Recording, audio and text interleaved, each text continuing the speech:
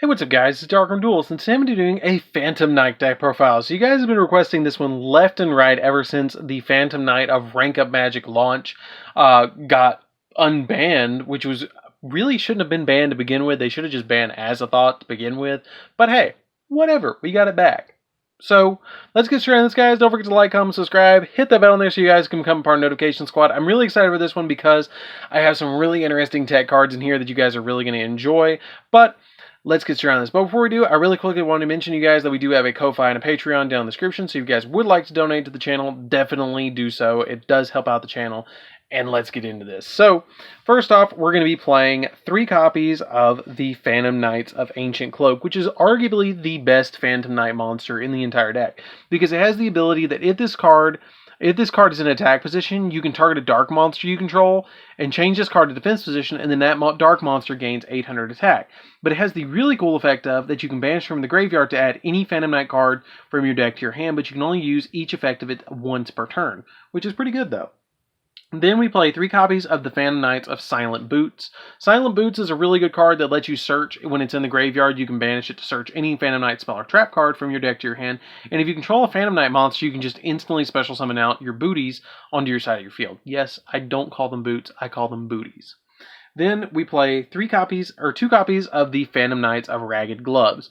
Ragged Gloves is a really good one because when it's used to XYZ summon a dark monster, that dark monster gains 1,000 attack. And if this card is sent to the graveyard, or you can banish this card from your graveyard to send a Phantom Knight card from your deck to the graveyard, which can really help you combo off with cards like the Silent Boots and Ancient Cloaks, because you can send those to graveyard in order to then special summon something else, or add something from your hand. Then we play 2 copies of Kagemucha Knight. Kagemucha Knight is still a good card in this deck. I probably wouldn't play it any more than 2 unless I was really going all in with the Phantom Knights, but I am playing some other interesting cards for a separate engine in this deck. But the Kagemucha Knight, basically, when you normal summon a level 3 monster, you can instantly special summon this card from your hand, which helps us with our rank 3 plays a lot to be able to go into all sorts of different stuff. Then I play 3 copies of Destiny Hero Malicious. Destiny Hero Malicious is basically here for the warrior monsters to go into a synchro summon, which is really cool because I have all sorts of different stuff to go into synchro summonings and link summonings, which can be awesome in this deck. Then we play 1 copy of Dark Grapher. Dark Grapher is here because it helps us send our Phantom Knights from deck to graveyard to go into all sorts of different plays, and helps us with the Malicious to go into other plays. 1 copy of Armageddon Knight because it does help us go with our Phantom Knights into other plays, and you can use it as a link material to go into something like Wee Witch's Apprentice to increase the attack points of our particular Phantom Knights on our side of the field. Then we play 2 copies of Plague Spreader, which also helps us with synchro summoning in this deck, because I really kind of wanted to make this deck a little bit more rounded with a different attribute, or different stuff that we could do in this deck. And so I felt like this was a good route to go with Plague Spreader, because with Plague Spreader, it lets you synchro summon for 5s, 6s, and 8s, which is really, really cool to be able to go into something like Beals in this deck and be able to instantly put something crazy on the field like a Beals to be able to go after your opponent. So we have some really good options. Then it wouldn't be a dark deck, and it wouldn't be one of my decks now without playing 3 copies of DarkArmed Dragon. That's not to say I'm going to play DarkArmed Dragon in everything, but it really fits in with the Phantom Knights because they have a lot of graveyard control with the aspects of being able to banish each one of them to go into different plays. So you have a lot of different ways to control the amount of monsters that are in your graveyard to be able to go into a lot of DarkArmed Dragons. Now you draw 2 of them in the beginning of the duel, it's not that great. But if you draw one later in the game and you can banish something from your graveyard, DarkArmed Dragon can be a really clutch monster to draw. And so that's why we play DarkArmed Dragon at the number that we do, because it's such a good, interesting tech card in here that a lot of people won't see coming unless they know who I am. Then, which a lot of people, I mean, I'm not going to be pompous, but I have had people sign mats. That makes me feel so cool when I say that. Then we play 3 copies of Ash Blossom and Joy of Spring, because Ash Blossom is just good, and you can use it as a tuner if you need to go in for a 6, which you do play a really interesting level 6 monster as a synchro that really helps out. That's a surprisingly good card in here, but it just works. But Ash Blossom's really good because you can discard it to be able to negate stuff. Along with the Fog Blade, you can set up like three negates easy against your opponent. So that's it for the monsters. Let's get into the spells. And you guys know how I am about that Plague Spreader Malicious engine. Like, it just works, and it's just fun. Then we play a single copy of Foolish Burial. Foolish Burial is just here to send the particular Phantom Knight or Malicious to the graveyard that we need in the graveyard at any time. One copy of Reinforcements of the Army. Rhoda basically is here because it lets you add your copies of Armageddon Knight or your Phantom Knights from deck to hand, or anything that you need from deck to hand except for like Plague Spreader and Ash Blossom and Dark Armed Dragon or Malicious because it's too high. And then we play 2 copies of the Phantom Knights Rank Up Magic Launch. This card is really good. Basically what it does is it's a searchable card that you kind of want to draw sometimes. I thought about just playing it at 1, but I bumped it up to 2 because during the main phase, you can target a dark XYZ monster you control and that with no XYZ materials to special summon from your extra deck an XYZ dark monster that's 1 rank higher by using that monster as a material. And then it also has the ability that you can banish this card from your graveyard during your main phase and then target a dark monster you control and attach one the Phantom Knights monster from your hand to that monster as an XYZ material. So it's a really good card to be able to just rank up into Dark Requiem XYZ Dragon and some other cards in the deck. Then we play 3 copies of Allure of Darkness because the entire deck is dark, so you need Allure of Darkness. It just helps. 3 copies of Call by the Grave, which is our last 3 spells of the deck.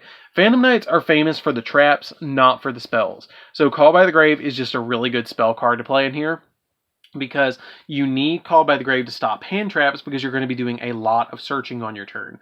So that's it for the spells, guys. Let's get into the traps. So for the traps, I'm just going to be playing 1 copy of the Phantom Knights of Shade Brigadine.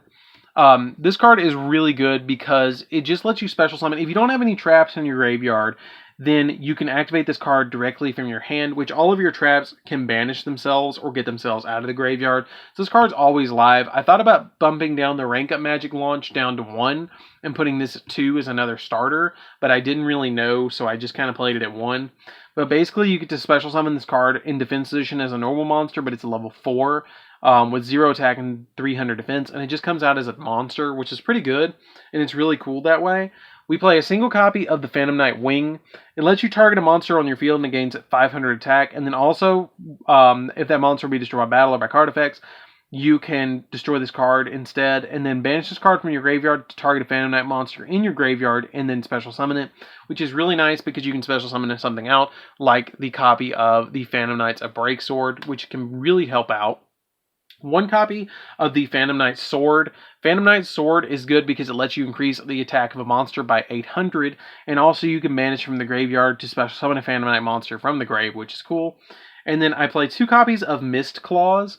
Mist Claws is an interesting card that I keep going back and forth about because it lets you target one of your banished Phantom Knight monsters and add it to your hand, and then when your opponent's monster declares a direct attack while this card is in your graveyard, you can target one level 4 or lower Phantom Knight monster in your grave and then special summon it, and if you do, this card's level becomes that monster's level, so you can just immediately go for a rank 3 with this and another monster, which really trips out your opponent when they're like, wait a minute, you're using a trap card for an XYZ summon? And I'm like, yes I am, and yes I can, which is really funny.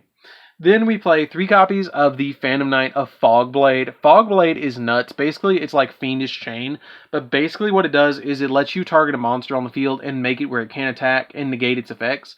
And then also monsters on your side of the field can't attack it either, which kind of sucks because you just can pop it with like the Phantom Knights of Breaksword, which is kind of like the whole deck's card.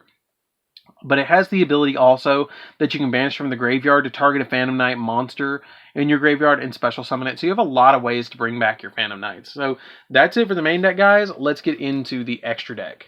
So for the extra deck, we're going to be playing 2 copies of the Phantom Knight of Breaksword. I wanted to play 3 of this, but I just couldn't justify playing 3 of it. It's kind of like Scrap Dragon, but better? Question mark. It's more generic, but once per turn, you can detach one material from this card to target a card on your side of the field and a card on your opponent's side of the field and destroy both of them. But if this card is destroyed, If this XYZ summon card is destroyed, you can target 2 Phantom Knight monsters in your graveyard with the same level, and then special summon them, but increase their level by 1 to bring them out at level 4, so you can go into something like your Dark Rebellion XYZ Dragon, which in turn lets you go into Dark Requiem XYZ Dragon. So it kind of lets you snowball into your Dark Requiem XYZ Dragon. We play 1 copy of Nightmare Shark, because Nightmare Shark is a really good card to be able to OTK your opponent for attacking them directly for 2,000. 1 copy of Levenair the Sea Dragon, which a lot of people have forgotten about, but it's going to be a really good card in the upcoming Master Rule 5. But basically what this card is you detach a material from it to target one of your banished monsters that's level 4 or lower, and then special summon it to your side of the field. Really good card in Phantom Knights. 1 copy of Dante, because Dante lets you send the top 3 cards of your deck to the graveyard and comes out at 2,500 when you do so. And then your Phantom Knights can benefit off of that as well, and you might even hit a Malicious or a Plague Spreader to go into a Synchro play. And this deck is kind of more focused around Master Rule 5 anyways, because I'm really kind of transitioning over to that in my channel, which is really what I'm going for. And then I play a single copy of Dark Rebellion XYZ Dragon, which, yes, we do have the Ghost Rare just for this profile. I actually picked it up just for this profile for you guys. So basically what this card does is you detach 2 material from this card, target a face-up monster your opponent controls, it loses half its attack, and then this card gains that attack that it lost, which can be really good.